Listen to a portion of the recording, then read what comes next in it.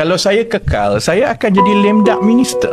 Apabila Nurul Izzah bertanding, semua orang tahu bahawa itu mendapat restu daripada Presiden Parti yang juga Perdana Menteri.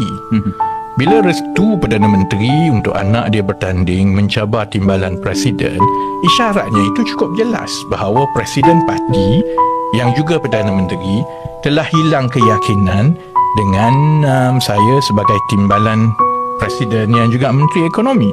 Jadi bila mesej itu jelas, dia akan diterjemahkan di dalam kerajaan bahawa Perdana Menteri telah hilang keyakinan dengan timbalannya di dalam parti yang juga Menteri Ekonomi.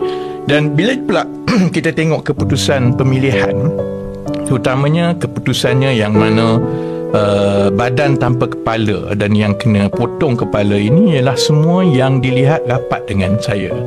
Dia memberi gambaran kepada kerajaan, penjawat awam, menteri-menteri lain, kementerian, bahawa sebenarnya saya dan juga pasukan saya telah ditolak oleh parti. Jadi bila you sudah hilang kepercayaan, isyaratnya you sudah hilang kepercayaan daripada Perdana Menteri, kemudian you hilang mandat daripada parti. Jadi kalau tiba-tiba you nak terus melakukan perubahan besar yang memerlukan sokongan dan juga support daripada kementerian-kementerian lain dan pejabat awam, kalau you jadi menteri lain, dia kata buat apa aku nak goncang, aku susah payah semua ni, sebab sebenarnya Perdana Menteri dah hilang keyakinan dengan dia, so what for? Jadi akhirnya kalau saya kekal, saya akan jadi lame duck minister.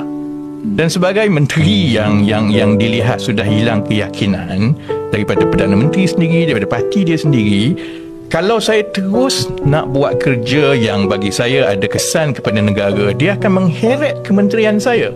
Kerana penjawat awam di dalam kementerian saya kena buat macam-macam, buat susah payah sampai ditolak. Jadi kecualilah aku nak jadi menteri pasu bunga, yang masuk clock in clock out, hanya makan gaji buta tapi tak ada kesan. Dan that's not me. Dan juga sebenarnya saya juga kena fikir tentang fungsi dan peranan Kementerian Ekonomi itu supaya tidak terheret di dalam perkara ini. Jadi yang ini saya ingat dia agak berbeza lah di antara syarikat swasta dengan kerajaan.